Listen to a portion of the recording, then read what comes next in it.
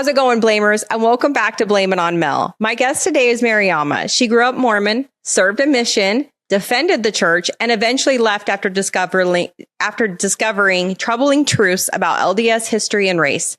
Today, we're diving into racism and Mormonism, church accountability, missionary work in Africa, and why she says silence doesn't heal. Welcome to Blame It On Mel, Mariama. Did I say your name right? Yes, you did. Yes. Yay, gold star.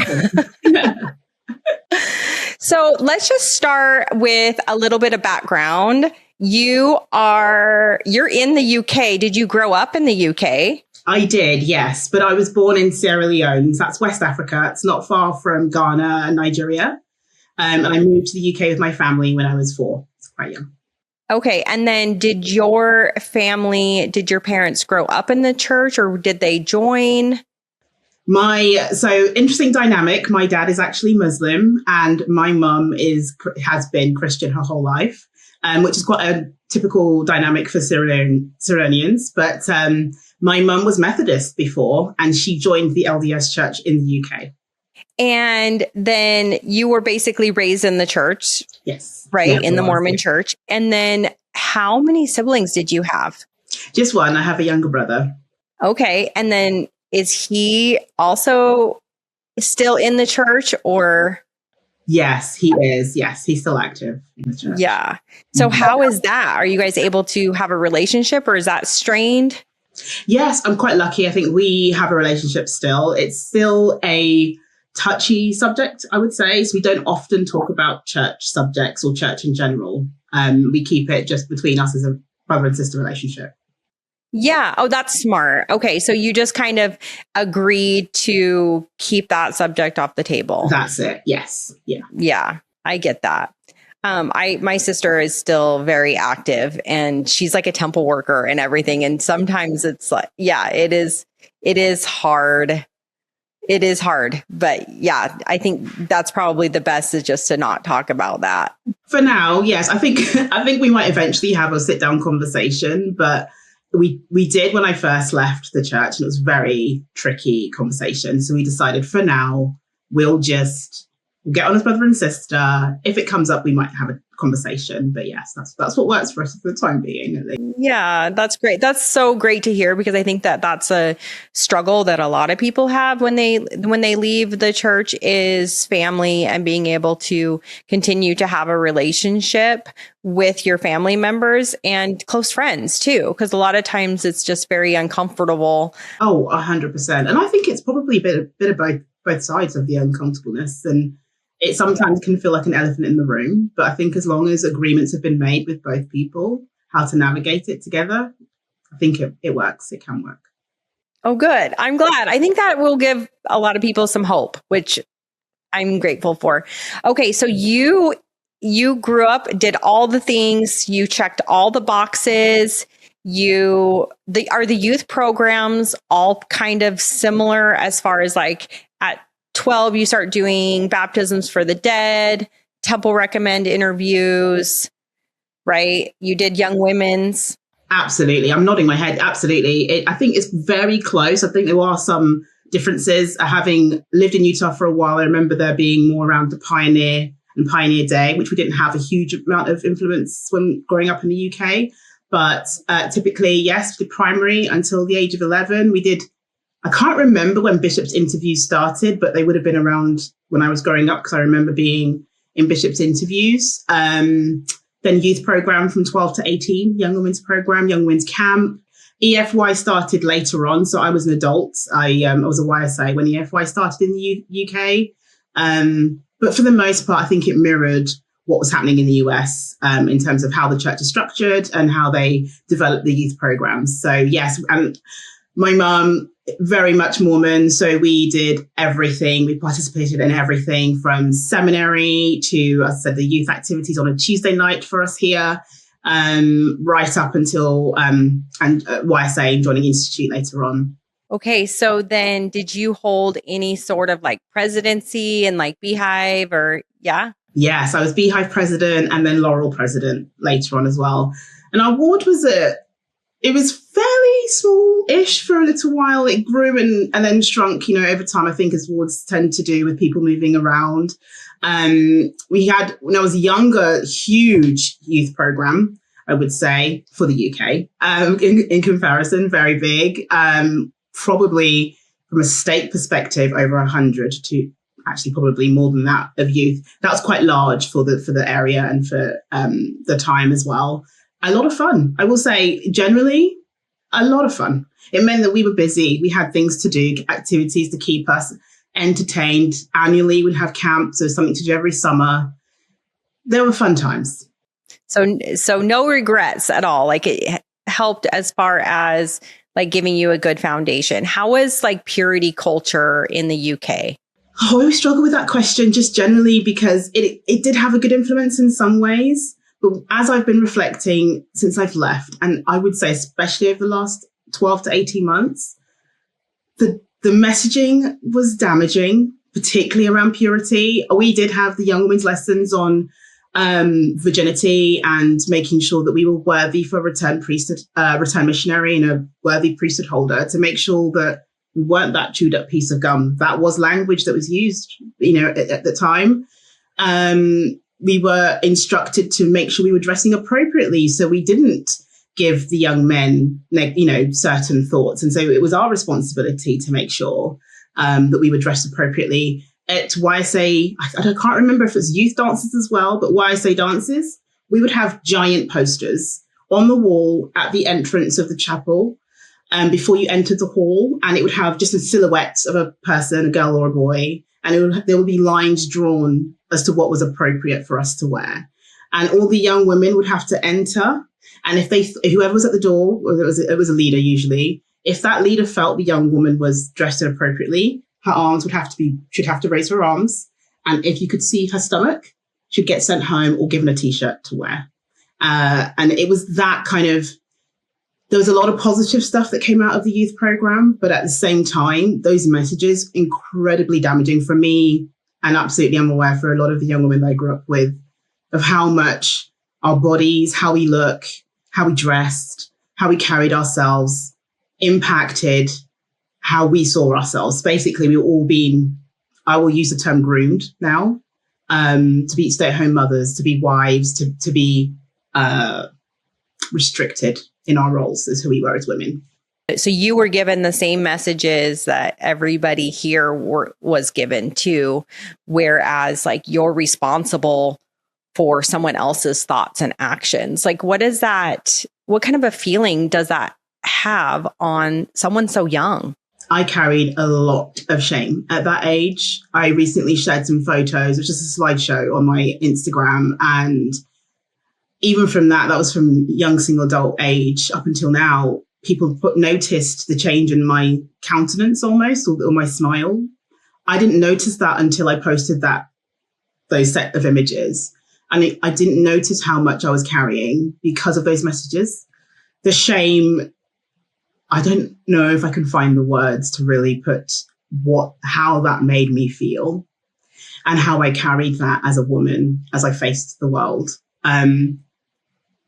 Shame because I'm quite a curvy girl, and some of the clothes that I would wear would sit differently on me. So I was always conscious about how I was showing up at church on Sunday, at a youth program, at a dance. I'm constantly pulling at this or pulling my shirt down.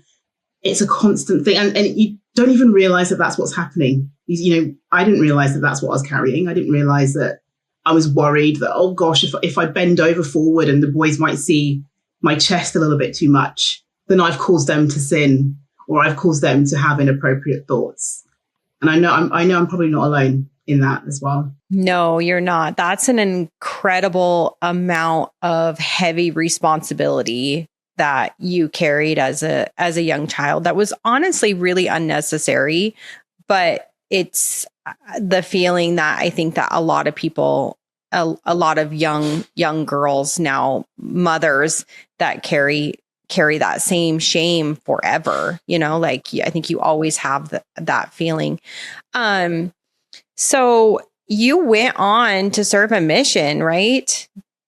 you were never one of those girls that actually got like sent home from the church dances. Like, sorry, you can't come because you don't fit this. Okay. No. So even though you were still pulling all of that stuff down and you were still worried about it. How did you come about serving a mission? Or what age were you? I was older. So I actually went to university first in the UK. So I did 4 years. Went at 18. I did 4 years, finished at 22. I had a really good job. And I will say, Mel, like that is one of the things that I regret to this day of leaving. I worked for Microsoft at the time, Microsoft UK, and I was in marketing. And I decided that if I take a step back a bit, where I was carrying, there's a lot of shame and guilt that I was carrying. And I was deeply concerned about obedience, deeply concerned about making it to the celestial kingdom, and really wanting to do the right thing, and felt that making that decision to go on a mission, leaving the job and go on a mission was the right thing to do, and that I would be blessed as a result of making that decision. So at 20, so I worked at Microsoft for a year. At 23, I put my papers in and then got my mission call to Leeds, UK. And I felt that God was happy with me. I felt that was a decision that he wanted me to make.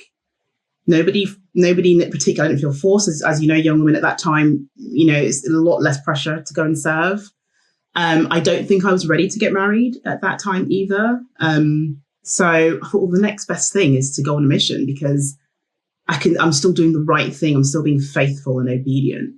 So you were never told that if you're 21, because this is the messages that we had when I was at BYU, is that if you're 21 and you have not gotten married, then you should be putting in your papers. Mm-hmm. I was aware of that messaging. I was aware of it. I think a lot of us were here, but I don't know if it had the same impact, because some of I say this, there's a few of my peers who got married at 18, 19, but then there's a few of us that didn't, and quite a few of us went to university. So it was a mixed bag, I think, I would say, and I want to say there was less pressure here in the UK on getting married at 18, 19. So well, at least for me, I didn't personally feel that as much. And particularly with my upbringing, education is a huge part of my life. I was always going to have to go to university regardless and ensure that I got that degree. So that was very much the reason I chose that path. And I still wasn't ready at 22 to get married. It wasn't really something that I felt ready to do. So mission felt like the next righteous thing to do. So what were you taught at a young age and through the youth programs that the role was for you as a female? To be a stay-at-home mother, to less like, it was so interesting. So at church, I'm hearing the message of stay-at-home mother, try not to try and have a job if you can. So stay at home and work, and not work, and raise your children, have as many children as you can. Career wasn't really a conversation that we had as much in the youth when I was in young women. And I feel like, but my home life, my mum was a working mother, and I'm from an African background, and we very much prioritize education and building a career. And my mum was very much encouraging me to do that. So I had a little bit of two messages that I was receiving, but we definitely, I would say that was, and not just like preparing to be a wife and a mother, but ensuring that you marry a return missionary. I remember that being very, very clear, and that he was a priesthood holder. And those were like the tick box things that we had to, nothing around character, really, not a lot around who and the type of person, but they had to be LDS, a return missionary, a righteous priesthood holder, and you had to get married and sit in the temple. Those are at least the primary things that we talked about when it came to that.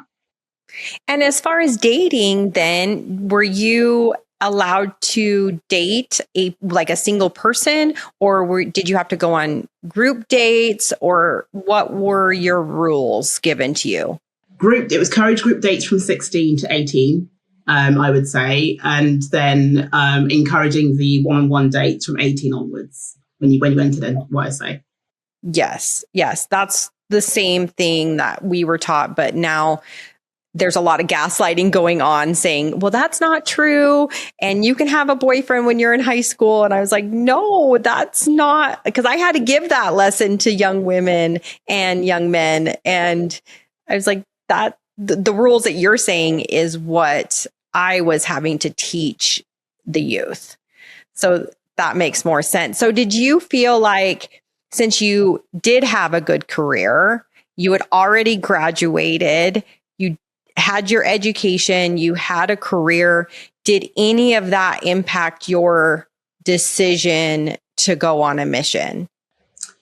In what sense? Sorry. So in the sense that you weren't necessarily following the church plan. It's interesting. So I kind of knew, when I reflect on this, I think that probably had a little bit of an impact as to why I decided to choose the path I did as well. I'm a Black woman in a primarily white stake. And what I quickly recognized, I didn't date LDS young men. I don't remember going on group dates at 16, and I didn't date any at 18 onwards. I knew, and I talked about it with other Black, why I say women in outside of my stake in London. I knew that it was less likely that I was going to get, I'm going to use the word chosen just for this conversation, because I feel that was very much the messaging I received, was that I had to make sure I was worthy to be chosen by a returned missionary and a priesthood holder. So I kind of knew that I was probably on the flip side, where I didn't want to get married as such, but I also kind of knew I wasn't going to get picked because I am Black. And growing up, church materials that I saw with what would be classed as like a righteous family, I didn't see mixed family. I didn't see a Black woman and a white man on church materials. That wasn't something I saw. So as I said, as I've reflected over the years, I realized that's probably messaging that I received without even realizing I was receiving that I was unlikely to meet someone, to marry someone within my stake. That was probably not going to happen. And as I said, it's so much of the deconstruction has been a part of that, and recognizing I thought I was ugly for a long period of time because I'm in predominantly white spaces. It wasn't until I went to university where I dated and Black men found me attractive. And I was like, oh, it's not that I was unattractive. It was that I was in the wrong environment. I wasn't in an environment that people found me attractive. And that was what it came down to. Why do you think that they didn't feel like you were attractive? Or why do you feel like they're not going to choose you? And also, why do you feel like it is the man's choice and not yours? I feel on that last question, I generally think it was because of how we were taught as young women that everything was to prepare to get married, because it was the man that was going to ask you on a date. It was a man that was going to ask for your hand in marriage. And so that felt like selection. It felt like I was waiting to be chosen. Why do you feel like they wouldn't choose you? Is it just because you're Black and they were white? Yeah, I think, I do think there might have been some that were attracted to me, but when it came to like serious dating and dating for marriage, which is what we were all taught as LDS youth and young adults, is that you date to get married, I don't think I was an option.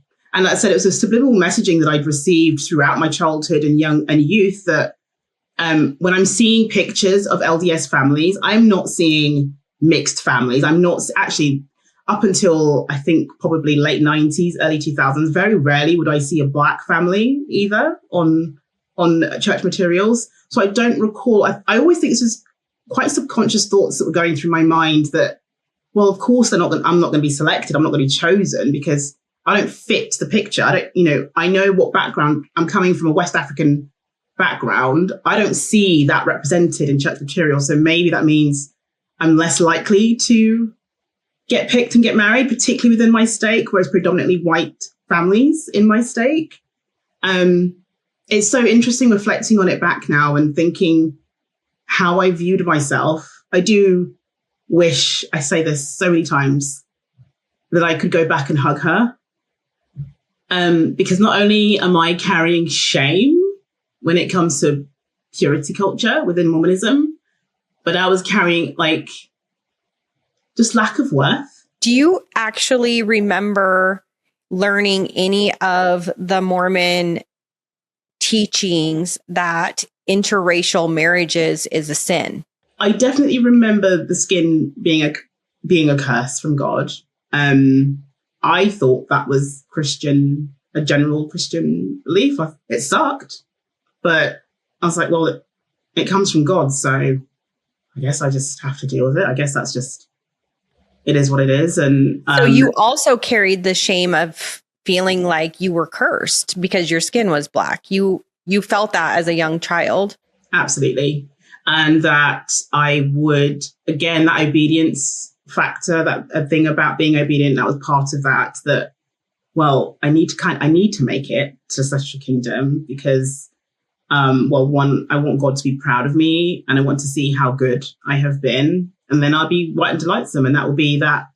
So you were taught all of that messaging. That go ahead and explain what that means to be white and delightsome when you return to the celestial kingdom. Mm-hmm. So that term stems from the Book of Mormon, even though I know they've taken it out now. I think it's pure and delightsome, which they just quietly changed recently. But at the time, the group of Nephites and Lamanites, two groups of people, and one was good and one was evil. The Lamanites were then cursed with that dark skin, which the Mormon church taught as black skin. And actually, I'll come on to that, very specific about African descent. That was the language that they used. And then the Nephite would be white. And the terminology they used was white and delightsome and righteous and good. So all these positive words and positive language associated with white skin. And then the negative language, so darkness and black and sinful. And I can't remember the exact terms within the Book of Mormon, but a lot of negative language associated with dark skin. So I internalized that. And I have to, when I reflect on it, I remember this wasn't just that it sat in the Book of Mormon. This would have been brought up in lessons. It would have been when we studied seminary, we do the 4 years and it's a book per year. We study the Book of Mormon in seminary. We study it in institute. It would have come up several times in Sunday school. So that messaging, while I wouldn't say it was explicit, it would have had those conversations and discussions throughout my life within Mormonism. So I knew that at the time, my skin color was a curse from Cain, that God cursed us. And my task was to be as obedient as I could so that in the next life, I would be deemed as righteous and good enough. Well, can you also imagine those conversations and how they would be if there was not a single black person in the room versus the conversations that are happening? As I am sure when this conversation comes up and they see that there is a black person in the room, they are going to tiptoe around it as much as they can. However, imagine the messaging that someone like me had received in a predominantly white ward where there was absolutely no black people, because this priesthood ban and all of the things that were basically withheld were only withheld from black people. It wasn't Hispanics. Are you aware of that as well? That it was only targeted towards black people and not any other race. So you could have a Hispanic person and a white person could have an interracial marriage, and that was completely okay, but it would be sinful for a white person in the Mormon church to marry a black person. Yes. And I didn't know it was specific to African descent until I left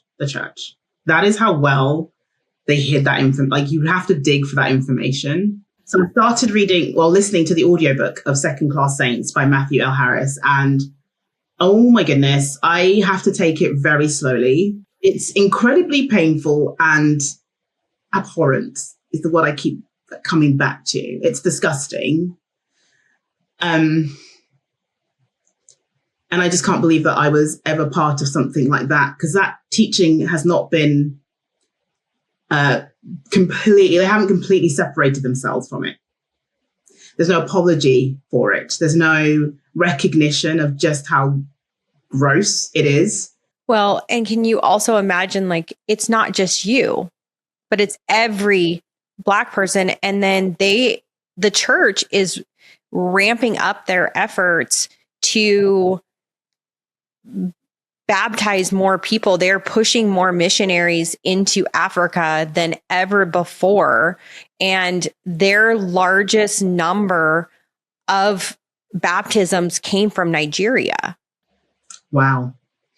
Do you have a message at all, like, for any of those people that have just joined the church? Because, like, even you did not hear a lot of those things because you're Black. And so they're not going to say those messages in a lesson that you're sitting in a classroom. Absolutely not. And they will probably do the same to the members in Africa. And my problem with that is that's not informed consent. The members, they don't know the type of organization that they're joining. So if anybody comes across this, I encourage you to I would encourage you to read Second Class Saints by Matthew L. Harris. That is a detailed history of this whole curse and black skin and the priesthood ban and what the messaging was. And to remember that they have not apologized for it. They have not acknowledged what it was. They have not acknowledged the harm that it caused and continues to cause to their Black members to this day. Now, if some Black members are aware of it and they know and they're okay with it, then that's them knowing that and then consenting to wanting to be part of that organization. But not everybody does. So what do you think about the current prophet, Dallin H. Oaks, and his message saying that the church does not need to apologize for anything?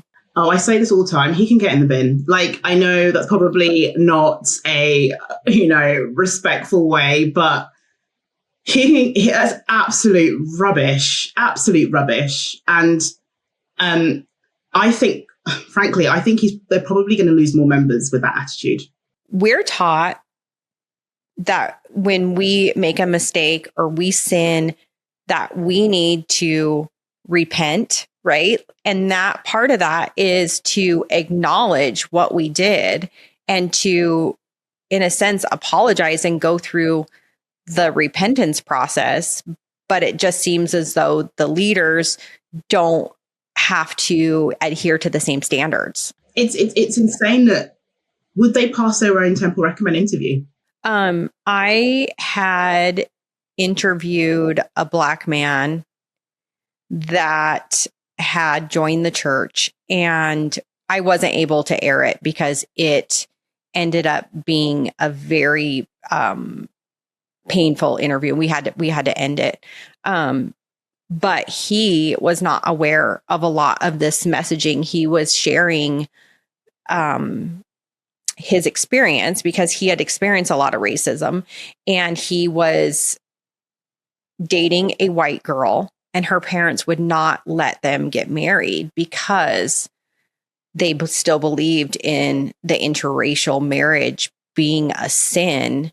And that's that's why I say their lack of apology and their lack of even acknowledging how harmful that is. That's why it impacts members to this day, because there are members that still believe that is a doctrine, that they still believe. And that's an example of that. Because it was doctrine, right? Can we talk about that? Because now when I put these messages out, right, like, I think that it's very important to make sure that Black people are aware of this, especially if they are going to be baptized or investigating the church. Like you said, like, it's a misrepresentation, right? And so when I try to put these messages out, I met with, number one, don't speak for Black people, which I'm glad you're on here now, because since I'm white, I'm not allowed to speak for Black people. And also that was never doctrine. This was just something that was an opinion of a couple prophets. And I was I'm always met with, well, that wasn't doctrine. That was just culture. That wasn't actually in the scriptures. Like, how do you respond to that? Completely wrong.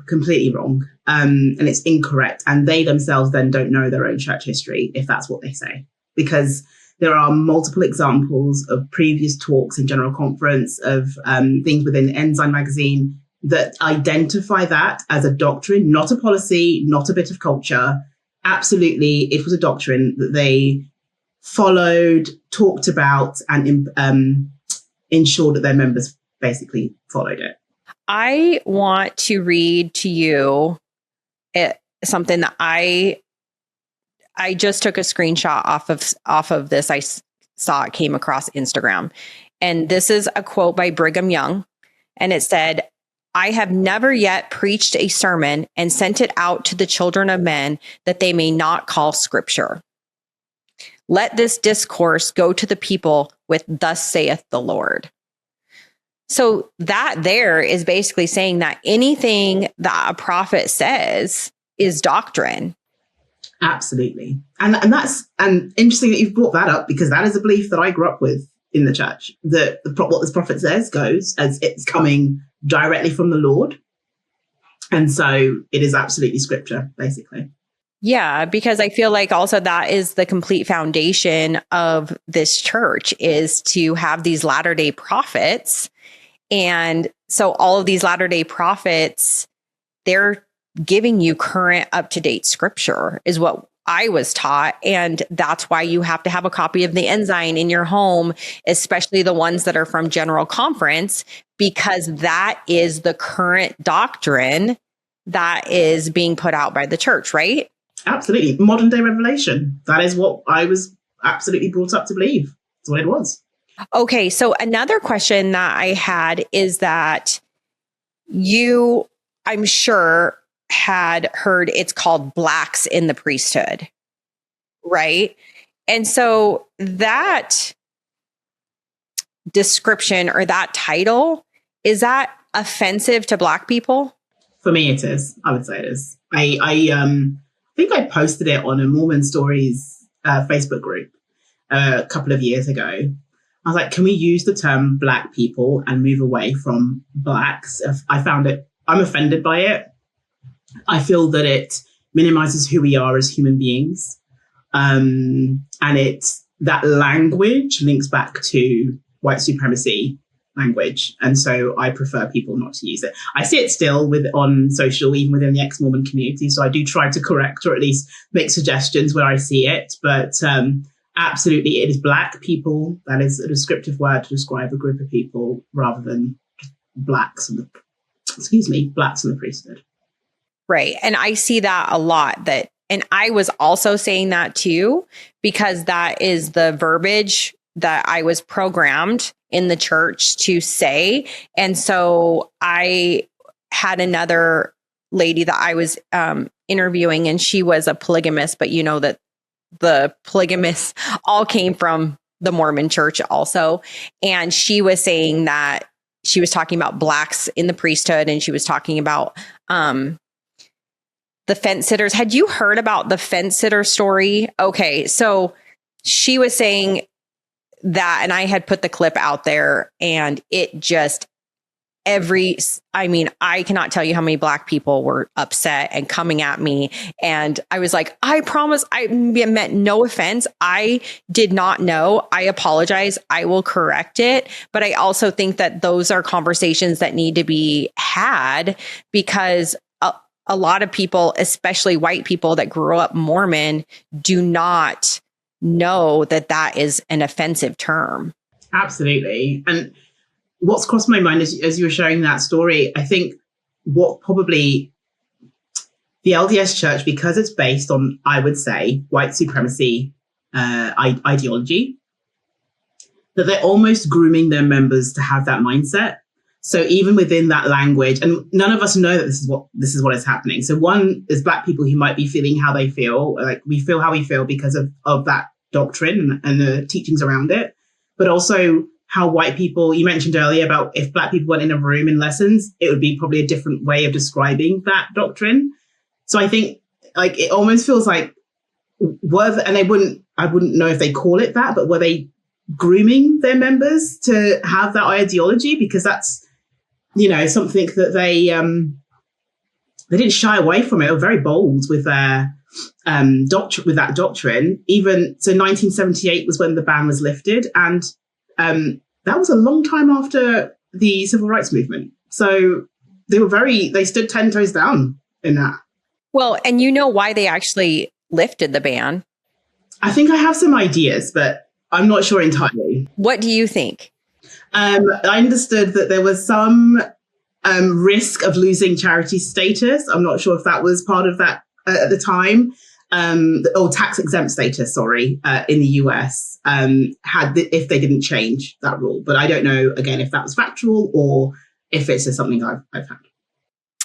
So is what I understood is that none of the other colleges would play BYU because they were racist. And they had a lot of Black athletes that were on their teams. And so they were very upset, basically, because Black people were good enough to score touchdowns and get them championships, but they weren't good enough to enter their sacred temple.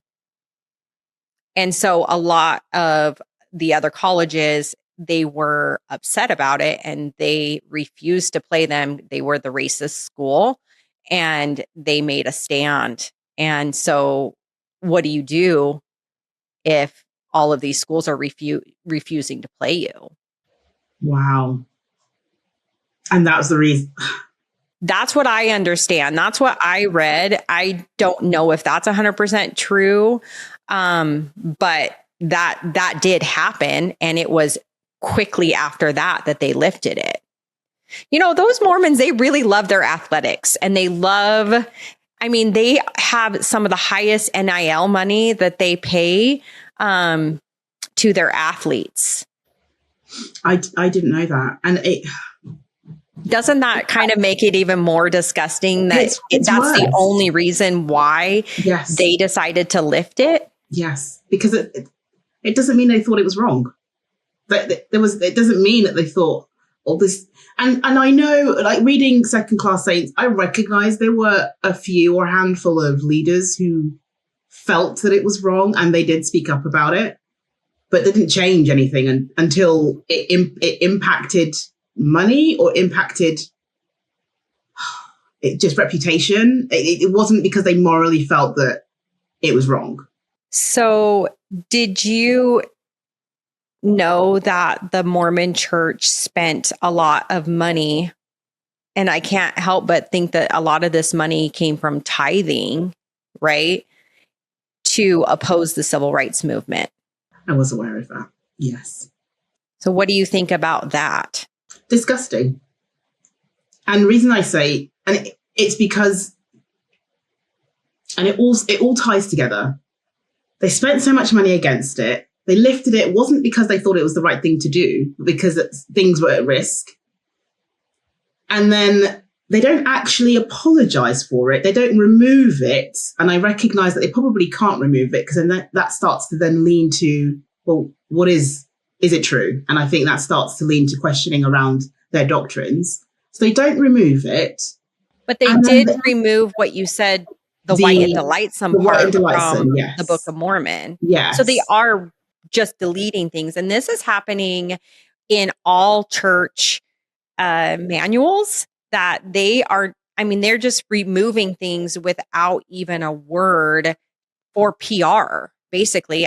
Down to the, like you're not allowed to have tattoos, right? Like that completely removed that from the handbook. The double ear piercings, remember, women were only allowed to have one pair. They removed it. The two-piece swimsuits, you weren't allowed to wear a two-piece. They just removed it. Have they removed that? Yeah. It's not even in the, the pamphlet that was like the For Strength of Youth. Is that what it was called? Yes. They removed it. Under my comments, I get quite a lot of young active Mormons that will comment on things that I post and say that never happened and that wasn't true. And that's probably why, because it's been taken out without any sort of, we recognize this is what we used to teach and now actually this is what it is. And so it's not really like it's that long ago that they removed these things. And then people within the church are like, that was never a rule. And I was like, tell that to the leader that had to enforce these rules. And I hated it. I hated having to enforce these rules. I even refused. I was like, I'm not doing that. You do it. There's 3 leaders. You do it. They have a habit. I say they have a habit. That's what they do. They change things without really acknowledging it. And it's very quiet. And it takes whistleblowers like the tax exempt. I know they got fined by the US government a few years ago because of the, was it the 12 shell corporations and to do with tax and not disclosing the amount that they've made with their investments. That was because of a whistleblower that we all knew and found out about that. And it takes people, that's what I'm quite passionate about it. It takes people speaking up for them to be held even more accountable for the things that they do. But they'll never acknowledge it. The church will never acknowledge any of those things. Did you also know that the BYU students and in your wards, that during the civil rights movement, if any member had joined in any sort of marches or protests of any kind, that they would lose their temple recommend, be released from their calling, and they were even at risk of being expelled from BYU if you were a student. I didn't know that either. I mean, this is a lot of history that people just are not aware of. It leans to why it makes me so mad that they are doing what they're trying to do in Africa. Like they thought and taught and preached that Black people were less than, less valiant, less worthy, that we would be white when we died. There was I found out after I left the church that Joseph Smith, or at least there was a teaching that Black people would be servants, would be slaves in the celestial kingdom. That was something I found out later, after I'd left. So to have all of that as your part of your foundational teachings, and then they're doing what they're doing in Africa, I rage weekly about it, because I just think, how dare you? How dare you? And then the lack of, President Oak's not even acknowledging there's a reason to apologize, and say we don't apologize even if something has been done wrong. It's completely disgusting. It's completely disgusting. Well, speaking of slavery, when this priesthood ban, it wasn't just a priesthood ban, it was also a ban on women. They couldn't enter the temple. Black women were not allowed to enter the temple. They were not allowed to do baptisms for the dead with all of the other youth, but they did allow Black women to be temple workers. So they were not allowed to enter the temple, these Black women. They could not enter the Mormon temple to have any of the blessings. However, they were allowed. Can you imagine this?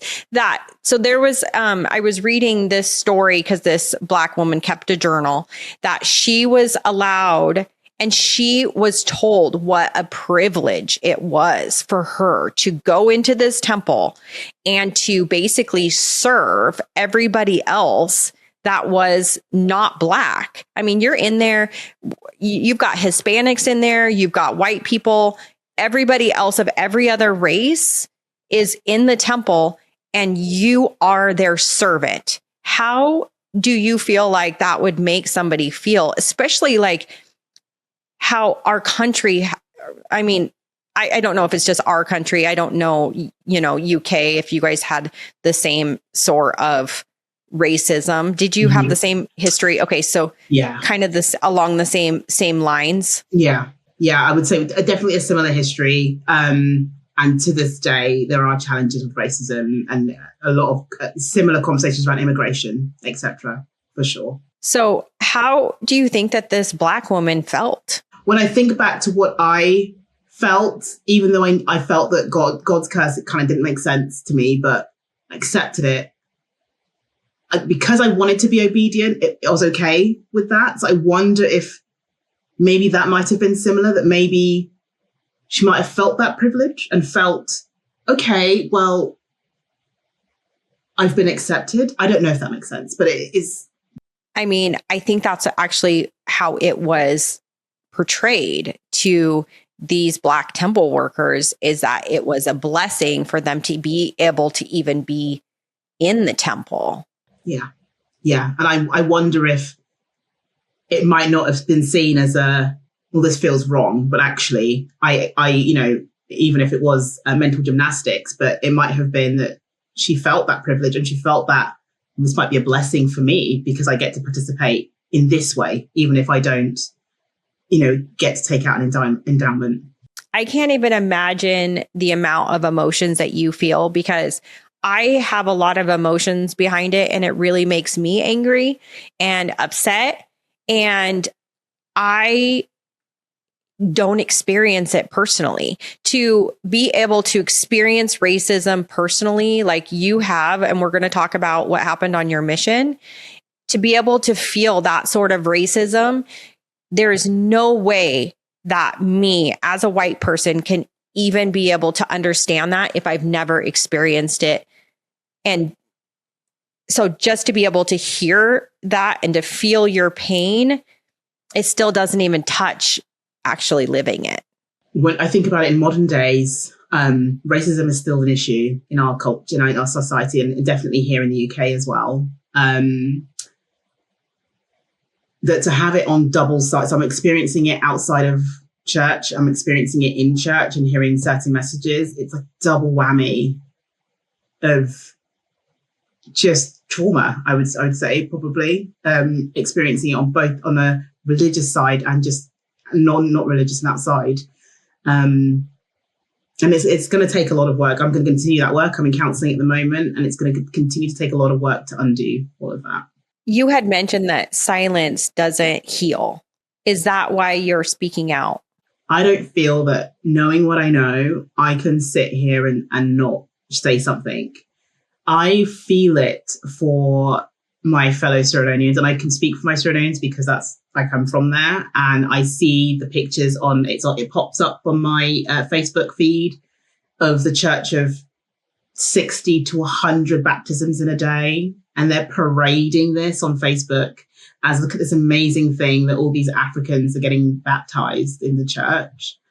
And I screenshot it at the time that I saw it, and I talked about it because I was so disgusted.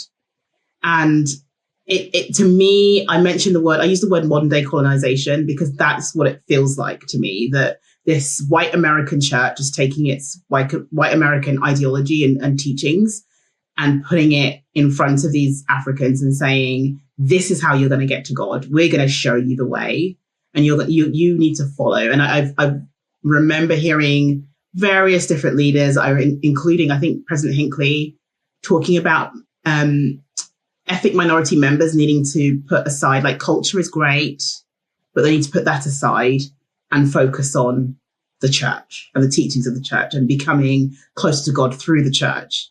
The church is a vehicle that will get people close to God. It's colonization. Like, I don't know what else to label it. No, I completely agree with you, because when I first came across, I want to say it was that reel, that first one that you had put out, and you had screenshotted all of these new members that were either getting baptized or whatever, but there was no, I don't know what to say, but like African kind of like clothing, if that makes sense. Like, yeah. Right. People in Africa culturally dress differently, right? Yeah, absolutely. And there was none of that. And so they're basically kind of like taking that's culture, right? Like taking all of that and just moving it aside. Yes. And I had a message from someone, I think they were US based, who said they remember packing old shirts and ties and putting it to send to the members in Africa, that they needed the white shirts and the ties for church on Sunday, as if we don't have our own version of clothing. Growing up in the UK, whenever my mum, myself, or any of the African women would wear traditional clothing, it's called a costume here. They oh, I love your costume.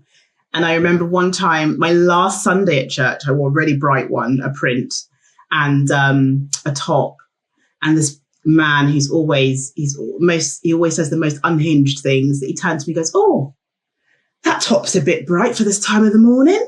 Like, it's like, do you hear what you're saying? Do you hear what's coming out of your mouth? But that's the kind of thing that and you stick out like a sore thumb, because it's not deemed as appropriate clothing for church. It's not deemed as traditional clothing for a LDS church Sunday service, that you need to wear a plain dress or a Western dress or a white shirt and a tie. And it has to be a white shirt and a tie when you're passing the sacrament. Like, there's nothing else. There's no other option. So it is absolutely leans to that colonization. It leans to this ideology that this is how you need to worship. This is how you need to get closer to God. And we're going to show you how to do that. And we're going to show you the right way. So do you find it interesting that in the Polynesian culture, it's celebrated? Because I have a lot of Polynesian friends that they come in their traditional, like the men wear skirts, right? And a lot of them can't even wear garments because their garments are showing. Nobody says a word about that. Nobody is trying to change the Polynesian culture. In fact, it's celebrated. So why do you feel like they're trying to get rid of the African culture, but the other cultures are 100% celebrated and encouraged? Because you will have missionaries that go to these Polynesian countries and they're allowed to wear skirts, the men, and they come back and the shirts are different. They're sporting a very different look, and that's okay. That's encouraged. Even missionaries are allowed to change their missionaries have to wear a certain thing. I mean, you're aware you served a mission, Yes. But if you go to a Polynesian country, you get to change what you're wearing, including garments. Like, they were letting you wear different garments because it's too hot. So that was where they first let you have the tank top garments. So what do you think about that? I think that leans towards the how the Mormon Church sees African members.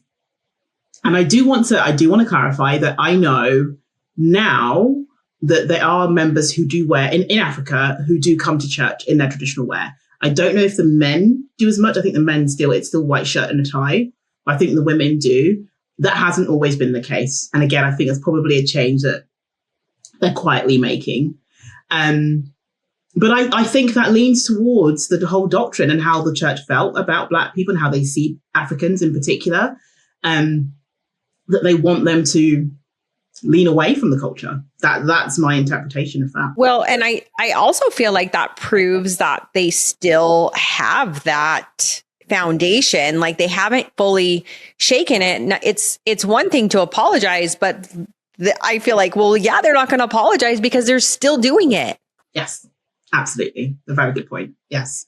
So what was your understanding of the story of the fence sitters? Because you're a fence sitter, So I think I learned the fence sitter story later on. I might have been late teens, early 20s. Oh, so you did learn it while you were still an active member before you went on your mission? Yes. The reason for Cain being cursed with black skin, and that that we came from Cain, and the rest of the reason why Black people had that curse was because with Mormon theology, you've got Satan, although I think they've changed this now, that Satan presents the plan, Jesus Christ presents the plan, and that Black people sat in between that they didn't choose either side. And so the punishment for that choice was that we would have black skin in this life. And it's not even just because in the Book of Mormon, it's not even just the black skin. It's that we would be, and I'm trying to remember the terminology that's used in the scripture, but that we wouldn't be attractive, or I've forgotten the term, but it's very specific about how we would be deemed or looked at towards white people, or how they would see us. And that's the reason for that curse, that you could tell us apart, that, no one would know that we were the unrighteous lot. It's probably not even in there anymore. Yeah, I mean, yeah. I wouldn't be to be surprised. honest. I wouldn't be surprised. Well, and you're not referring to the white and delightsome. No, there's a way it describes that the Lamanite skin turned dark and then how the Nephites would see them because of that dark skin. So what was how did you feel when you learned of that? At the time, I didn't like it, but I accepted it. I genuinely thought this came from God. So it might be uncomfortable for me. I might not like it, but it came from God. So I need to accept that that's what it was and then do my best to be righteous and make it to the celestial kingdom. So do you feel like that's why you maybe foregoed your successful career, because you're thinking you've got all this programming saying, I need to get married. I need to start a family. That's the most important thing. Did you think that you were maybe sinning because you were putting your career first before, going on a mission or getting married, all of those next steps? Is that maybe, do you think subconsciously, maybe you had that in the back of your mind? Yeah, I think maybe subconsciously I had that. And then at the same time, though, because I wasn't dating at the time, I wasn't dating LDS people anyway, that there wasn't even the opportunity to get married. Like, think about marriage. It wasn't even there. So for me, the next righteous thing to do was to go on a mission. And I had a conversation with I think he was my bishop at the time. And he was like, yes, I think that's a great idea. And leave your job and go serve a mission. So you served a mission. How'd that go? For the most part, it was fine. It's very challenging for those people who have served a mission that you're cut off from everything in the world. No TV, no radio. At the time, I know the rules have changed now, as they always do. We could only call our families Mother's Day, and I would call on UK Mother's Day, which is in March, and then at Christmas. And I went for the full 18 months. I wanted to be as obedient as I could. The language we would use on the mission was strict obedience, I think, or something like that, that in order to see more baptisms and get more investigators and be the good missionary, that I had to be strictly obedient. And that leans to the experience we're about to talk about as to why I didn't speak up about it at the time as well. And where did you serve your mission? Leeds, England, so northeast of England. So tell me about your companion. So this was my trainer. I entered the mission in March or April 2009, and I was assigned to a white trainer. She was from Zimbabwe. She was white Zimbabwean. And we were together for 2 transfers. We whitewashed an area, which means that we were freshly starting proselyting in an area for sister missionaries. And she was incredibly hostile, bordering, I would say, verbally abusive towards me, particularly in the first 6 weeks. We were together for 12 weeks. I was so confused. I remember being like, what is going on? I don't know you. You don't know me. Why are you behaving this way? I kept quiet. I let her do her thing. But I was very upset. I cried a few times without her seeing. I didn't write home about it. I didn't say anything to anybody. And I thought that if I didn't say anything, if I kept being obedient, this was my burden to bear. This was my cross to carry. And this was my trial. And God was testing me. So I needed to suck it up, carry on, not say anything to anybody. Now, what I noticed is that every time we would see the mission president, he would specifically reach out to her to ask how she was doing. And he would check in with her. At the time, I thought maybe it's because I'm green. He doesn't really know me. And so he's not really going to check how I'm doing. They've probably built up a rapport. They've built up a relationship over time. I think she'd been in the mission for a year, but at that time. So maybe that's why he's really check. It was just so obvious. Like, how are you? How are you really doing? I was like, why doesn't he ask me the same question? But okay, that's fine. Well, especially because you were new, right? Like, you would think that you would check up on the person that was new to the mission. I interpreted it as, well, she's training, she's in a new area, we're whitewashing, maybe she's stressed. So I thought that's why she was responding the way that she was. And then I equally thought that's the same reasons why the mission president was specifically focused on her needs and her well-being, was because, oh, maybe she's just really stressed. And so therefore, she's really open about how stressed she is. And so he's checking in on her. I kept all of these thoughts, as I reflect on this time, all of these thoughts are going. I absolutely removed any responsibility from anyone else and thought it was just me. I needed to suck it up and I need to just get on with it and get on with the mission. And then it wasn't until I was living in Utah actually at the time. So it would have been around 2012, 2013. So it's a few years after my mission. I bumped into someone that I'd served a mission around, another sister missionary, and we were just talking about the mission. And I was really open. It was the first time I kind of opened up about my experience with my trainer. And then she told me, well, the mission president had put you with her because she was racist. I was like, well, what do you mean? She's like, well, not only did we all know as missionaries that she didn't like Black people, the members knew. And both us, some of the missionaries and some of the members had complained to the mission president. And so his inspired answer to help her overcome her racism was to put her with a Black sister missionary. I was the first one in the mission and the only one at the time. When I heard that, I was like, well, that makes sense as to why she was so hostile towards me. It was because she was racist. And I had no idea, none whatsoever. And as time has gone on, as I've reflected on that experience and that information that I got after my mission, a few things I've realized. One, okay, I couldn't even consent. Two, there was no protection or safety or care from my mission president about my well-being. And then when I shared this on social media a couple of years ago, and a few people pointed out, it might be that your mission president was racist too, for the fact that he didn't show you any, literally didn't care about your well-being or your safety. He probably also had a level of racism. And I hadn't even thought about that, hadn't even crossed my mind. And then I get angry again because I'm like, he put me in that position and literally didn't care how it impacted me, the effect it might have had on me.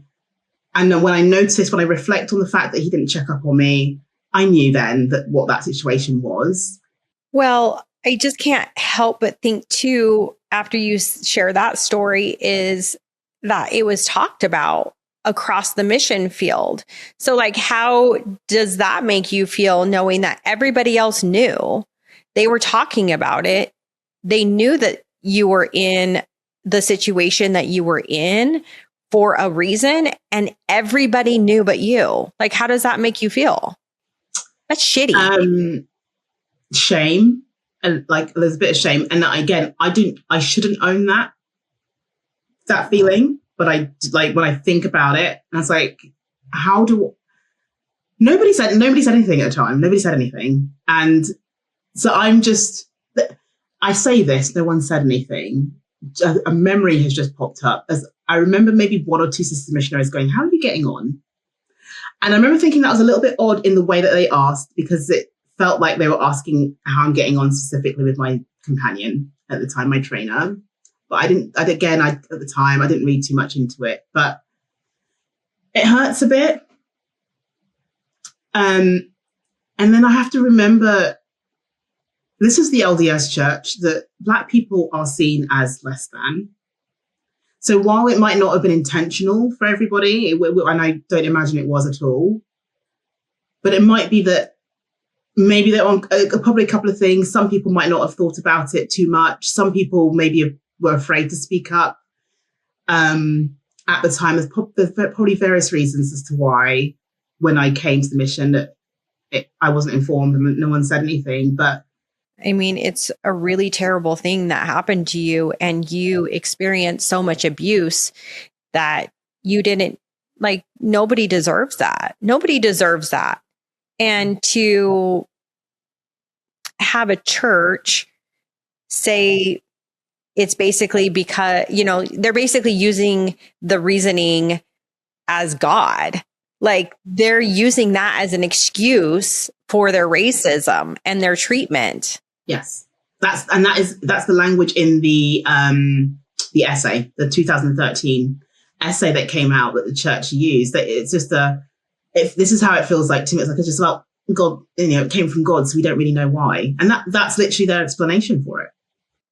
So the essay, are you talking about the one that it was like a response to the CES letter? Is that kind of what those essays were? 2013. I think it was I think it was actually titled Blacks in the Priesthood at the time. I don't know if they've changed that heading, but it's on their website as part of that. So yeah, as far as I understand, because I spoke to, I think it was an institute teacher, and he was required. Actually, he got a pay raise if he read all of those essays. Wow. Okay. But the problem is that he read all of those essays and then had to dive into the CES letter because it was because it was a direct response that the Mormon Church put out in response to that letter. Right. Okay. I wasn't aware of that. Yeah. So did you read the CES letter? I did. Yes, I did. I read before I left, actually fully left. I read it December 2019, and actually one of my mission companions, I love her. She lives in the US at the time, so I was living in the UK, and we read it together. We would screenshot and WhatsApp each other. Oh my, just so much we didn't know. And so, complete and utter shock. I went into that CES letter, interestingly, thinking the church was still true at that time. When I read it, after I read it, the way I describe it is it felt like the feeling was coming from the top of my head to the tip of my toes. It dawned on me that the church wasn't true in that moment. I remember I was lying in my bed. I was reading it's a PDF, reading it on my phone. And I was like, oh, it's not true. None of it is. And that's what I took away from reading the CES letter. I went into it thinking, there's issues with the church. Let me just read and see what this is about. And I came out of it feeling the church was not true. And it was not just, it wasn't true as well. It's not they are not who they claim to be. Did that make you feel any better? Because you had been carrying so much shame for so many years over just the color of your skin and being born African. So did that help at all, knowing that all of these teachings that were being tied to you and your race was bullshit and made up? Yeah. Two feelings came at that time. Relief was the first one that I felt, and then betrayal was the second one. So absolute relief. Well, thank God for that.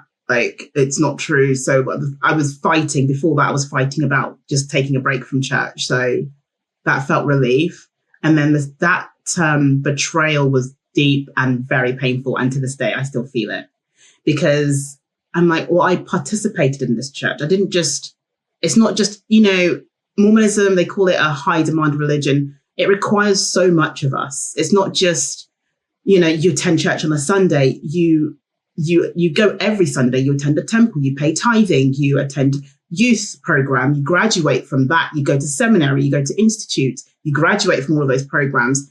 It is your whole life. They dictate who they encourage you to spend time with as a friend, who they encourage you to marry, where you're supposed to get married, how you're supposed to dress, what you drink.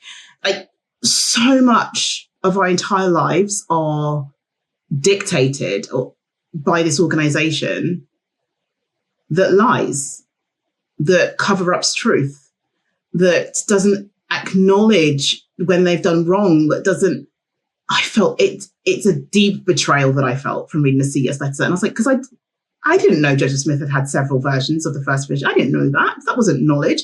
And then I actually had to email a few investigators that I taught on my mission after reading it, because I was like, well, hold on.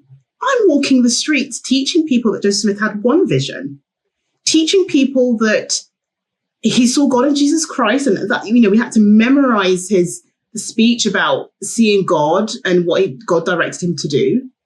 And I was a lie. I was lying for them. And I felt guilt. So I emailed, and thankfully they've left. They emailed back to say, oh, well, we don't attend anymore.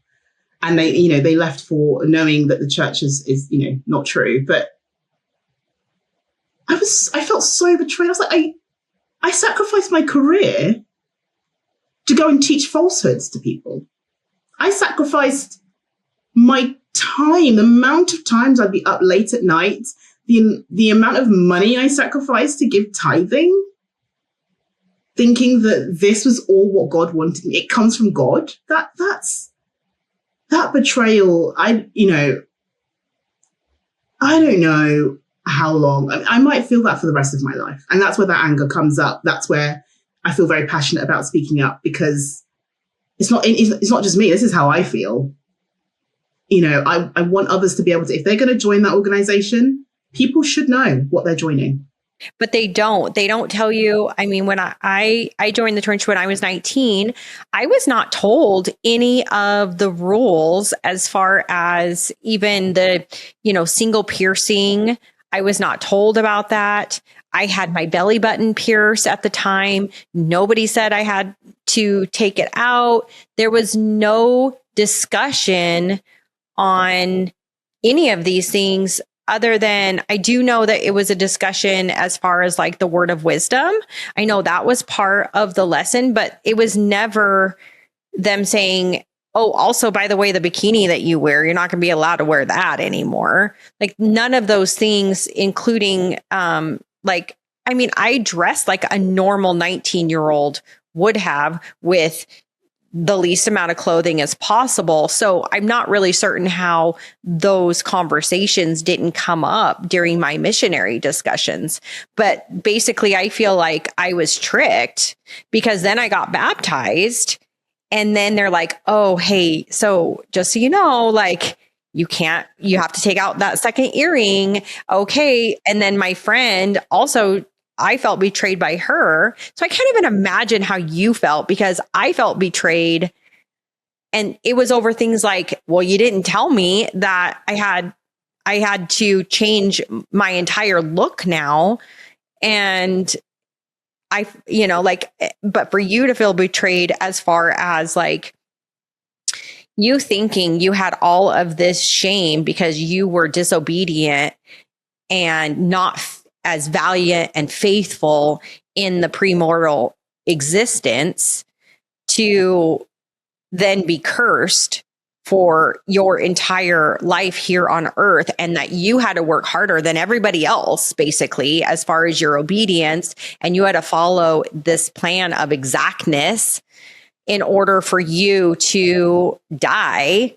And then you would be able to have white skin to be able to go into the celestial kingdom. Like, to learn all of those things and then to feel like that it was all a lie, and to learn that it was all a lie, and to have that amount of betrayal, I can't even imagine how you felt.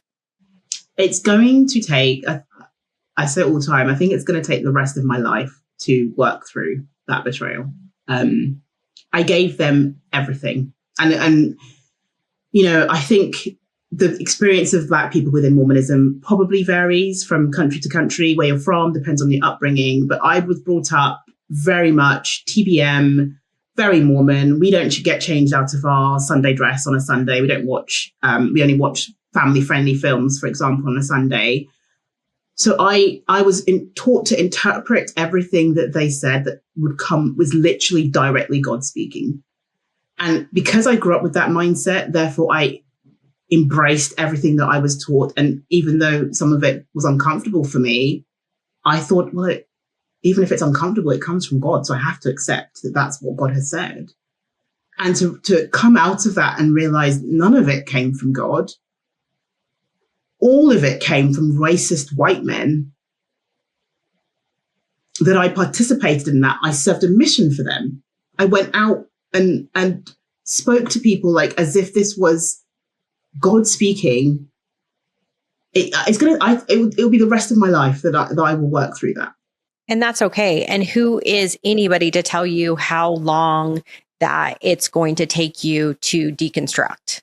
There's nobody that can tell you how long that it takes to deconstruct. Like you can take as much time as you want, but also like, are you getting hate on Instagram from people? Yes. And what I've noticed is from Black and white people as well, members that say that I need to get over it. It's in the past. I wasn't even alive in 1978 for me to be upset about it. Some of them say they don't see it, particularly it's interesting, the ones in Africa who say they don't see racism, but I've posted about that as well, that racism doesn't really exist in Africa because everybody's pretty much Black. So it's not something that exists, so they wouldn't see it in the same way that I would experience it in the West. So yeah, I do get pushback, but I mean, that's not going to stop me from speaking up. I know what I experienced, and I feel very strongly enough to be able to talk about it and raise awareness of their history, of what's going on, and not just the history, but what's happening today. I don't know if I believe that it's a thing of the past. Do you believe that racism within the Mormon church is a thing of the past, or do you feel like it's still going on now? I still think it goes on. I think it still exists to today. What makes you think that? Why? Because they haven't acknowledged the whole doctrine of race in the priesthood and Black people being cursed by Cain. They haven't acknowledged it. They haven't come out right to say that was wrong. That to me signals it is still a belief that they have. And the fact that in the race in the priesthood essay, it's it comes from God and we don't understand it and we don't know why. That also signals to me that they probably still believe it, even though they won't outright teach that doctrine today. It is still something that's an underlying factor.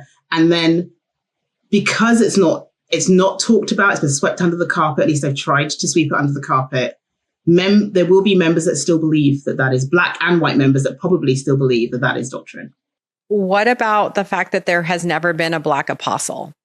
Yes, that too. Do you think that there would ever be a Black prophet? Not in my lifetime. I honestly don't think so. No, not unless it's a PR move. Yeah, for sure. I did see, is it a new primary president that was called recently is Black? And so I did get a few comments, well, look at this primary president over here that they've just called. And I thought, well, that's great, but that feels very token to me. I agree. It does feel very token. And also the fact that a Black woman wasn't even put into the first presidency, and I believe it was Relief Society. So there had never been a Black woman speak in general conference until 2023. That's not that long ago. That was, wow. Yes. 3 years. Yeah. And that what does that signal? That is still an underlying, like the fact that that's 2023 and that's the first time. Well, and like you said, you're not seeing any photos in any sort of manuals. You're not seeing anything that would show these interracial marriages. You're not going to see that in the church material. Maybe they'll do it now, as far as like I said, all of this is all PR, everything down to them changing down to the garments change, right? Like all of those things, those are all for PR. But isn't there an Asian apostle? I feel like there's an Asian one. I think there is. Yes. Yes. So there's other races of apostles, but I don't feel like that is not a big factor that there is no Black apostles. Yeah. And I think when I think about it, President Oaks is in his 90s. So he would have been in his 40s or 50s when the ban was lifted. I don't recall, from what I've read, he was one that was outspoken about it. So then that says to me, well, was he one that agreed with it? And he's prophet now. So it's just a signal that there's still racism within the church. It's how they see Black people. I don't think that's going to go away anytime soon. I agree, because the church says, and a lot of people within the church, they say that racism was just something that was done at the time. Like that was just the way of the time. But as you pointed out, it was 1978 when that priesthood ban was lifted. That was a long time after the civil rights movement, I think 10 years, right? Yes, at least. Yes, I think so. Yeah. And then to see that these things are still happening proves that that wasn't just something of the time, that that is still happening, because there just is not a lot of Black people in leadership. And I am actually surprised to even learn that you were in any sort of presidency with the Beehives or the Laurels, which they all have different names now, right? Because that guy that I had interviewed, he had never been given a real calling. He had only been given callings such as like the door greeter, nothing that would have him be set apart. I find that extremely interesting. It is interesting. I think from my area, my brother, like we were I almost think like we were to like set the example, because we were, in terms of like Black families, we were probably one of the most active at the time, that were going every Sunday, for the most part. We both of us held leadership positions in youth. But what I noticed as a teenager and as a young adult was there wasn't any Black people at state level leadership. So whether it's state young men's, state presidency. Okay. So then also, like, when a lot of the apologists, they say that the things that had happened, I am really struggling to find the politically correct terms to make sure that I'm saying things right. But like, because I don't want to call it Blacks in the priesthood, but that is the term that the church continues to use, is the Blacks in the priesthood. But what do you think of people that say, like, that was just the man, that was just a prophet at the time, they make mistakes, like, that's not the man, that's not the prophet, that's the man. Like, you hear those excuses. What do you think of that? It's ridiculous. I feel like they need to pick whether their prophets are infallible and they are led by God, or they're human and they make mistakes sometimes. Like, pick one. I think it can't be both. And the idea that, there's modern revelation, there's, these prophets are all inspired by God. And on the flip side, actually, no, they're human when it comes to certain things. They're human. It's the thinking of the time. Pick one. You can't, it can't be both of those things. No, I agree. So then after you got back from your mission, you met your husband. Well, interestingly, we met before my mission. So we dated for a little while. I say I didn't date. We did date a little bit, for about a year. And he's from Poland. And then we broke up. I went on my mission, and then we rekindled after I came back from America. So I went to Utah after my mission. I lived in Utah for just over 2 years, and then came home, and we rekindled after that. Why did you go to Utah? I missed the mission bubble. That was a big reason. I had visited Utah after my mission, April 2011. And I was like, this feels a little bit, but again, I mean, I'd only been there for a week, and I'd gone to like a mission reunion and met up with quite a few people. So just for the week, I felt a bit transported back to my mission. And for the good parts of my mission, I missed that. So I made a decision to go and live there. I studied business with entrepreneurship at the time, LDS Business College, which I think is called Ensign College now. And I worked for a bit out there as well. And I thought maybe I would live in the States. I thought maybe I'd stay here and settle. But I don't know. I think having come from the UK, and particularly the town that I'm from, is quite diverse. I remember one of the biggest things that I felt I was in Salt Lake. I felt like I stuck out like a sore thumb being Black. And I noticed when it came to socializing, I'm going to use the term segregated, because I noticed that groups of people would kind of all socialize together based on like race. That's what I noticed. So at the business college, it was quite diverse, people from all over, from Europe, from South America and Africa. Whereas outside of that, in the social way, because I was living with my former companion and have wonderful family, they're amazing. But I was in predominantly white spaces, and I felt quite uncomfortable with that. And I wasn't sure if that's where I wanted to be, as like for the rest of my life in that sense. So, and I missed home a lot. I did. Yeah, no, that makes sense to me perfect sense. But so then was your husband that you met, was he Mormon? He was. So he joined the church the first time we dated. And it's interesting. Like, he was Catholic, grew up Catholic, very, very Catholic. And originally, I think Polish people had thought that Mormonism was a cult. But I think meeting missionaries, having and experiencing that love bombing at the beginning, where young 20-year-old American missionaries, they loved him. And so that was very appealing to him. And he felt very warm and welcomed. And I think that contributed to him deciding to join as well. And yes, and then so he was already a member of the church at the time when we got together.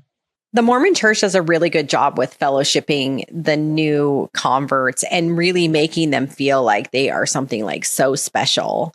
And I think that's just all part of the plan, right? The plan to get you in, get you a calling, get you stuck. So did he go on a mission? No, he didn't. He was a little bit older, and then he couldn't decide for a long time, and then he chose not to go. So that had to have been something that was really hard for you to not marry a return missionary, because like you said, that was what you were taught. Yes. It's not necessarily the traits to look for in a man, but that he was just a return missionary. So how did you do that? I think, I don't know whether I was just a bit older at the time. So we got married when we're both in our early 30s. We dated for a little while. And I think by that time I was like, well, I know him. I know his personality. I know what he's like. And that's more important to me than the fact that he's ticked a box and served a mission. So that's what I prioritized over that at the time. And I think that came with a bit of maturity and dating. We dated longer than a typical, LDS couple would. So about 2-3 years before we got married. So then is he Black? He's white. He's white Polish. And, I knew that the likelihood of me marrying a Black member was quite low just because of, it being predominantly white church, and that was fine. And my parents were fine with that as well. And yes, we have a 6-year-old together, a little boy. That's exciting. Congratulations. So you left the church then, because you said 6 years ago and you have a 6-year-old. So you left the church before you had a baby or after? Right after. So my son was born in June 2019 and I left March 2020. And he was, I say the word catalyst. He was the catalyst that led to me actually trying to understand if the church was true. I remember being in the hospital literally the day after I'd given birth, and I looked at this brand new baby. I thought to myself, if it was just my husband and I who wanted to stay, I was already questioning things. I thought if it was just us, it would be fine. But this is a brand new baby. I didn't use the word high demand, but I knew the church required a lot. And I thought, can I force a child? Can I bring him up into something that, one, I don't know if it's fully true at that point, and two, it demands so much of you. Like, do I want to raise him in that without knowing that it's the right thing to do? So that's what spearheaded me trying to understand, is the church true? Is it something that I want to raise him in? And that's what led, again, the CES Letter. So he was about 5 months old when I read the CES Letter. So did you have any of those feelings of the racism, the racist teachings that were taught, that you had learned about within the Mormon church? Did any of that factor into it, where like you think about the amount of shame that you felt and the pressure to be perfect and obedient was extremely high for you because you had already been cursed? And I don't believe this. This is a Mormon teaching, just to be clear. I don't want to get like someone's going to clip this and be like, well, you said that. But like, did any of that go through your mind thinking like, I don't want this little child, this special little thing, to think that he's cursed? Like, there's nothing wrong with this baby. Yeah. And to think that like, right? To think this baby, this little baby, this precious little thing that I just gave birth to is cursed by God. Yes, it did. That was part of that decision of trying to understand if the church was the right thing for us, because I already knew. So I'm Black, whether I married a Black man or a white man, any other ethnicity, but if it wasn't a Black person, it would have been a mixed race child I would have. And I remember I was like, well, I've got a boy and I already have to prepare him to face the world as a young mixed race boy. He's probably going to be seen as a Black boy. So if he's hanging out with a group of white boys, he may be, if he's stopped by the police, he's more likely to be targeted. He's more likely to be profiled, and he's more likely to be seen as a Black boy. He's already had a racist experience in primary school at the age of 5. He's already had that. So I knew that I, as a Black mother, I have to prepare him for the world. Add that on top of that spirit, that to say that God said there was a problem with the color of his skin, I've got to then take responsibility whether that's the right environment for him to be in. Yeah, absolutely. So then you told the church that you wanted no contact, right, when you left. And you also told them no contact with your son? Or was that afterwards? Can you tell the story about that? Yeah, so that's probably afterwards, actually. So I had left the church 2020. Obviously, it was COVID, so nobody was attending in person anyway. 2, 3, 4 years later, we get a drop by from the primary president, and she drops a letter for my son. And she introduced herself. I'm the primary president, and I've got this letter for your son. I was like, thanks. I've not been to church in 4 years. And my son, he was blessed, so he's a child of record. It was an odd experience. So I emailed the bishop at the time, and I said, look, any contact with my son has to come through myself or my husband. I don't feel comfortable that she's just dropping by at our house without giving us a heads up. By the way, can I come by?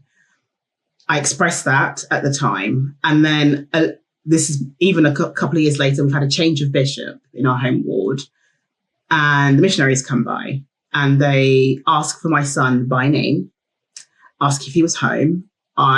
Even my husband was like, I could see his facial expression. It's kind of a weird way to sort of come to our door. And they had a letter for him from the newly called primary president. So I'd already contacted the former one and the former bishop to say no contact. Clearly that information had not been passed on. So they came again, missionaries came this time. And I've emailed the bishop since, and I've outlined that I've expressed before, we don't want any contact, and especially not for our son, not directly to our son. It's actually his childminder, the person that he was at nursery with. She's actually contacted us. She's not a member, but she said that's an issue, that's a safeguarding issue, and that I should contact my local authority if the church continues to reach out to my son without my consent, because no other organisation will do that. His school cannot do that. The NHS or his doctors, they wouldn't be able to reach out to him directly with any form of letter. They can't just show up at our door without consent from us as parents. Interesting, I haven't shared this yet, but since I emailed the bishop, he's come back to me and he's actually said, we're going to do our best to not, we're not going to contact you. The primary president knows. However, if we get a change of bishop, there's a change, you might have to reiterate that again. And I was like, well, that's surely from a GDPR perspective, if I've already informed an organization that they should not contact my son, surely I shouldn't need to reach out every time there's a change in leadership or a change in a primary president to just reiterate that message. Because does that then mean a new bishop won't know, and so therefore a new primary president won't know, so therefore they could again just turn up at our door? And he also said he doesn't have control over the missionaries and the mission presidents. I'd have to contact the mission president separately to inform them not to come to our door either. So have you had your records removed? No, not yet. I'm working on it. My husband, even though he doesn't desire to attend, he still sort of believes in something. So I would have to get his permission to remove my son's records. I want to remove mine and my son's at the same time. My husband, obviously, that'd be up to him. But I can't do that until I get that permission. I feel based on their level of contact and the lack of boundaries, I feel more comfortable still being on their record so that I have access to information should they wish to contact my son, and I have a little bit more control, I feel, over that. No, I think that's smart. Absolutely. So do you think that, I mean, if there was anyone else there's two adult males come to someone's door and ask for a 6-year-old, that would be okay in any other setting? Not at all. That's red flags. I would have to report that to, as I said, we've got a local council, local authority here that I've been advised to report that to. Yeah, it doesn't fly at all. 100%. I feel like the same thing with these bishop worthiness interviews is that, like, in no way, because they're having them as young as 7 years old right before baptism.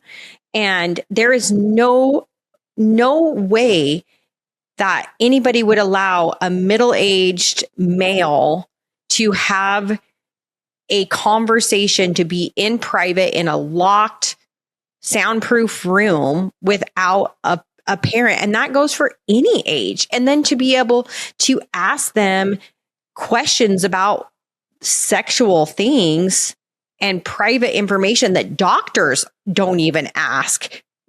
They're not even allowed to be with your child without you. So how is this completely normal within the Mormon church, but it's not normal in any other setting? Kind of like what you were saying, like doctors aren't allowed to do this. The school, like, we've had a visit from the school when I first, it is a thing they do for primary schools in the UK. The teacher, his first year teacher, will come and visit our home. That is set up through us as parents. They would never turn up at our house. And actually, if they did, we'd have to report that as a safeguarding issue. So this is where I always come back to, why does a church like the LDS Church have so much leeway when it comes to the law and it comes to certain things around safeguarding, protecting children? Why do they have so much leeway? Why do they get away with stuff that just, exactly as you said, stuff that wouldn't be accepted in other organizations that relate to children especially? Yeah, I don't understand why it's acceptable. And then I also think about any time that a child or gets in trouble or does something or sins in any way, the responsibility of a parent to discipline that child is taken away because it's handed over to the bishop and says, hey, go talk to your bishop. And then there's no confidentiality either. And so then everybody freaking finds out about it because they tell the primary or the youth program leaders or whatever. And then it just spreads like wildfire, or, the bishop's kids all learn about it. And I don't know if you experienced or had witnessed any of those things within the youth program. I don't think it was necessarily youth, but definitely I served on recited presidency, and I served in the youth presidency as well within the ward. Because certain information is discussed in leadership meetings, it's not confidential at all. And I just keep thinking how they can operate like that as an organization, and that parental responsibility is taken away and given to clergy and some of them, they're not none of them are trained in any, when it comes to children. And so some of them are asking the most inappropriate questions that are not, from what I've read and understood, that some as young as 12 are getting asked sexually explicit questions, that the church just gets away with doing that. I do know that in the UK that there has been some members who have worked with the government to change that in the UK. So now, I remember the announcement being made before I left the church, now that a secondary adult needs to be in that bishop's interview in the UK with the LDS Church. I agree. Do you feel like you still believe anything within the Mormon church, or do you feel like all of it is a lie? It's all a lie to me. I don't believe any of it at all. And actually, deconstructing Mormonism has led to me deconstructing Christianity. And I've, begun to understand the impact of the global colonization, particularly in West Africa, and how Christianity was imported to West Africa. And so for me, I wouldn't say I had a relationship with God in that sense. I think I'm agnostic. I think there's something out there, but I don't think it's what the Christian I don't think it's what's been prescribed, what we've been told. What do Africans believe that outside of the Christianity that's been imposed on them? There's a heavy sort of, I wouldn't even call it a belief. It's definitely a spirituality, and it relies a lot on ancestors and looking back to the past and talking about ancestors and the power that they had, and strong women in tribes, because there's a lot of matriarchy in some tribes in Sierra Leone and in West Africa. So for me, the way I see it is a lot more around ancestors and ancestry and a spirituality connected to nature, more so than a structured. That's traditional, more so than a structured, organized religion such as Christianity. And do the bright colors and the clothing represent anything, like as far as the culture? What is? Not so much. In some cases, it depends on if it's an occasion or, for example, a wedding in Sierra Leone, they call it ashobi. So the bride's family or the groom's family will pick a certain color, what's meaningful, or style that might be meaningful to them, or something they just like. And so the whole side of the bride's family will wear the same fabric or material. They'll get it sewn in whatever style they like, and same for the groom. So there's meaning attached to some of the styles, but I wouldn't say it necessarily for day-to-day wear. I wouldn't say it necessarily means has a meanings attached to it. Yeah, so it's like more of a traditional thing. Yes. Yes. Okay. Yeah. No, I love that. So do you feel like you're more spiritual now then? I don't know. I think I'm still working on it. I'm not sure. I think, and that's a journey that I will, however long it takes me is however long it takes me and where I might end up. What I am very grateful for is that I feel like I have come home to myself, that my joy is not reliant on anything that's outside of me. I experience joy in nature or when I do a hobby, but outside of that, I feel like I've returned like home as myself. There isn't anybody dictating what I'm supposed to be thinking.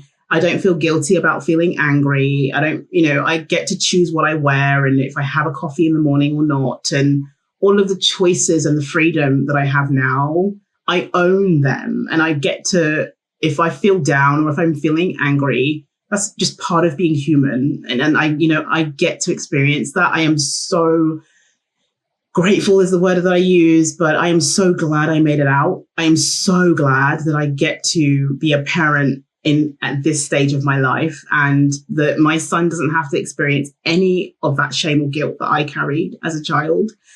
I'm so glad to be here. Literally, I told my therapist this week, I was like, I pinch myself because I'm like, I got out. I actually got out of that system. I got out of that structure, this thing that told me who I was supposed to be and who I wasn't, and it dictated all of the decisions I made in my life. I'm so glad I got out of that. I am too. I am too. I just, like you said, like just seeing pictures and seeing how you've transformed and like just so much more happy. And that, I feel like that's also why you're doing the work that you're doing and putting those things out on Instagram. You're not doing it out of hate. You're not doing it for any other reason except that like you want to be able to help others that were in your same situation to feel like they're not alone. And also like to help prevent others from getting into this. And like you said, like you were a missionary and you talked all of these people into joining this church, and you're like, oh, what did I do? Yeah, I definitely think that I hope that anybody comes across my page, what I want to inform is like healthy conversations about what the church actually is. And, I know as a missionary, it was definitely a marketing message that we would go out with. It was dressed up as this beautiful, humbling experience from Joseph Smith right up until Latter-day Prophets now. And none of that is exactly what it is. So I hope that my content is able to, at least if it's not to spark conversation and to spark good questioning, because that's healthy for us to be able to, before we make a decision about joining an organization or continuing in it, that we understand what we're getting into. Yeah. So you don't believe that you're cursed anymore? No, not at all. Not at all. I don't think so either. So did you see where President Bednar has come out and said that there actually was not two plans that were presented? Did you see that? I did. I saw a clip. I just rolled my eyes. I was like, yeah, again, they're just the gaslighting to change the script and the narrative. But I absolutely remember being told there were two plans presented. Did you have to teach that as a missionary? Yes. Yes, I did. So not only were you taught that, but you were also having to teach that. You were told this is what it is. And then you were teaching that to all of these investigators. And now, like, what do you think being told now by, is he an elder or president? I don't know. He was President Bednar when I was at BYU, Idaho, because he was in charge, like the dean or whatever. But what do you think now with him saying like, no, there was only one plan and God presented that plan. And the only thing that was the choice was whether they would send Jesus or Satan. It's interesting. Again, it's just continued gaslighting and continuing changing that narrative and changing the story that, oh no, it wasn't that. It was something else completely different to what any of us were taught. But again, I think they are, and I think this is also a different conversation, but they are trying to align closer to general Christianity from what I'm seeing from everything. And so I feel that leans towards that. But then again, trying to sweep under the carpet what they actually taught before. Yeah, no, I absolutely agree. It's just so hard with the flip-flopping and then to be told this is the only true church. And then there's all of these changes that are happening all the time without any sort of conversation. And it just, I feel like I'm being gaslighted. I've watched you be gaslighted also with a lot of the people within your comments on Instagram and people just saying, no, that's not whatever happened. And you're like, I taught that. You guys gave me that information to teach people. So not only did I learn it, but I was giving it out as material and I was living it and teaching it. And now to be told that was never true. And it makes me wonder if they've been doing that all along, if over time that so much has changed. And I know the temple, within the temple that has changed, that so much has changed over time. So the gospel that I grew up in the 90s and the 2000s would have been different to the 80s and 70s prior. And I think they're going to continue to keep doing that because they've got to find in my opinion, they've got to find ways to try and keep people in, right? To try and keep people controlled, and not question. And so they might, and then this is what leads to them saying, well, don't believe the podcasters, don't believe the people on social media that are telling you X, Y, and Z. That's not true. Believe what we're saying. And that I think all helps because they're changing the narrative without actually addressing what it was before. Yeah, absolutely. And then I'm also learning that the church is spending money to pay these Mormon influencers. Right. Have you seen that? I have heard about that. I mean, what is your thought with that they're paying them to put their stories out there? They're also giving them brand deals. They're hooking them up with different companies to be able to earn money that way. And so they are primarily spending, it's a full-time job for them just to release content. And then I know for a fact there's trolls because I'll see the same right. thing posted on mine. The same comment by this, click on them and they have 0 followers, but they're following all these people and they have no posts and their private account or whatever. And they are, I truly believe that they're paying those people to troll all of our accounts that are speaking, that if we're speaking out against the church, they're trolling us.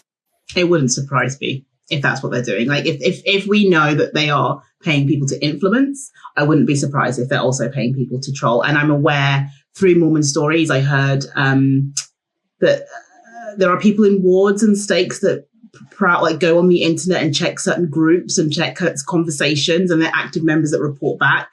Like that doesn't surprise me that they do that, because, but then I just think, if you have to do that to like try and still convince people that what you're teaching is true or the right thing, that anyway, I think it just signals to me they're probably facing major issues where they're losing thousands of people, and women in particular, from my understanding from the data. There's a lot of women that are leaving.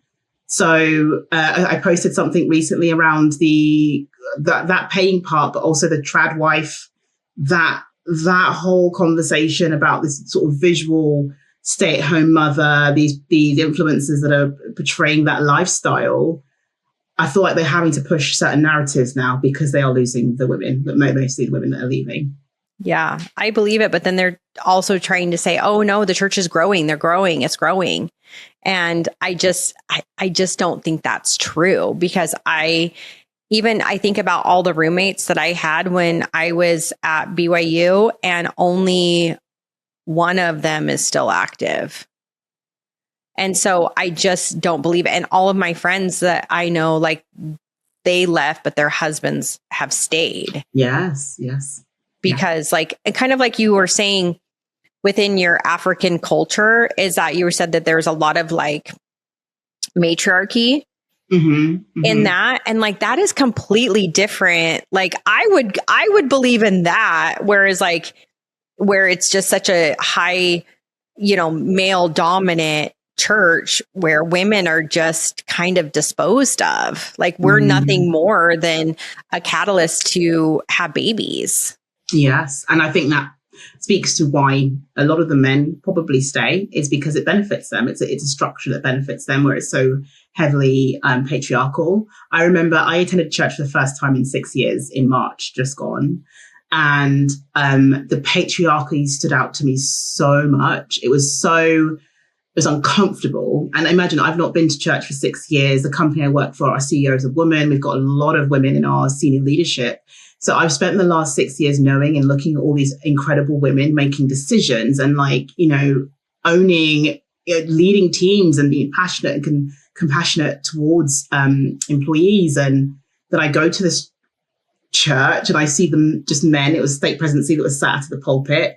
And then it was mostly women that were sat in the audience. And the only woman at the top was the chorister. And I just remember thinking, gosh, the patriarchy is screaming. It's loud here. And I hadn't realized just how loud it was until I had left and spent a lot of time out just in regular world and seeing women lead in all sorts of environments. And then going back to there and seeing the illusion is that the women have just as much contribution. But the reality is that's not the case at all. And that absolutely speaks to what we're seeing in terms of who is leaving. Yeah, I felt like that as far as like my youngest, when we had her blessed. And I remember thinking, like, how is it that like we are told, like, us women, we are so special. We are so important. We are doing something that is next to God by giving life, right? Like, we are told all of these things, how important we are as women, but yet I'm not even allowed to be in the circle.